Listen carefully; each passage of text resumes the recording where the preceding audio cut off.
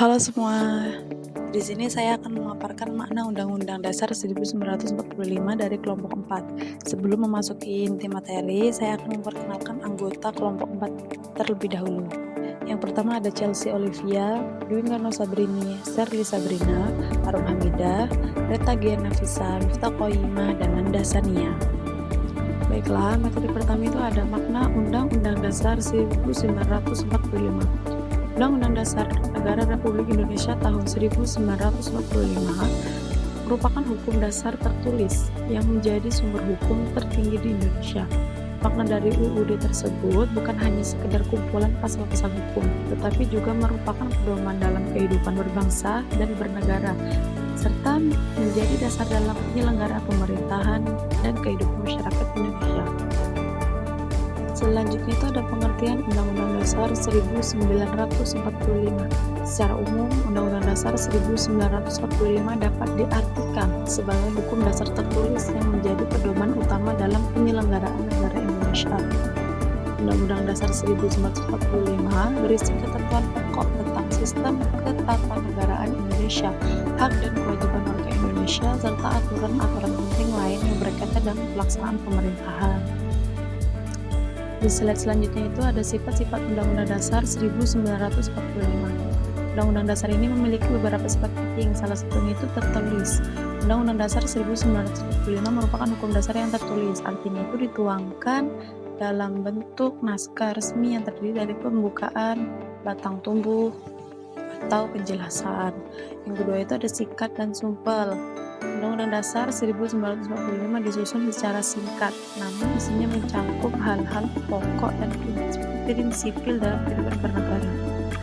Selanjutnya itu ada fungsi Undang-Undang Dasar 1945. Undang-Undang Dasar 1945 itu memiliki beberapa fungsi dalam kehidupan bernegara, di antaranya itu yang pertama ada sebagai hukum dasar tertinggi, yang kedua ada pengaturan tata negara, yang ketiga ada perlindungan hak asasi manusia, yang keempat ada pedoman penyelenggaraan pemerintahan, dan yang terakhir itu ada pemersatuan bangsa.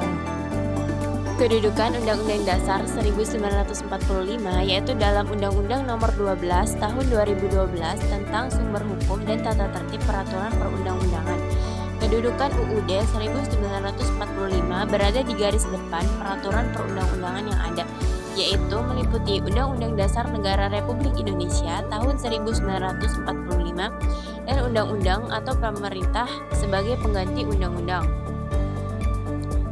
Dan struktur UUD 1945 yaitu Undang-Undang Dasar Negara Republik Indonesia tahun 1945 dalam satu naskah UUD 1945 mengalami perubahan struktural yang signifikan karena UUD 1945 telah 4 kali diamandemen.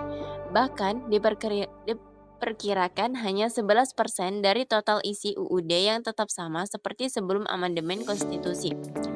Walaupun bagian deklarasi mengenai UUD 1945 tidak disebutkan secara resmi dalam UUD 1945 pasca perubahan keempat, namun isi bagian dari deklarasi pada hakikatnya yaitu telah dimasukkan ke dalam lembaga dan tetap merupakan bagian yang tidak terpisahkan dari UUD 1945.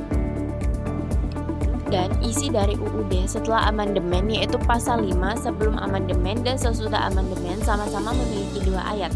Perubahan yang dilakukan dalam pasal 5 UUD 1945 terjadi pada ayat 1, yaitu dari Presiden yang memegang kekuasaan membentuk perundang-undangan dengan persetujuan Dewan Perwakilan Rakyat, dan menjadi Presiden berhak mengajukan rancangan undang-undang kepada Dewan Perwakilan Rakyat. Lalu pada pembukaan UUD 1945, pembukaan UUD 1945 yaitu bagian dari pendahuluan yang terdiri dari 4 alinea yang menjelaskan dasar negara Indonesia, yaitu Pancasila dan tujuan bernegara. Pembukaan ini tidak memiliki kekuatan hukum yang sama dengan pasal-pasal, tetapi memiliki kekuatan yang mengikat.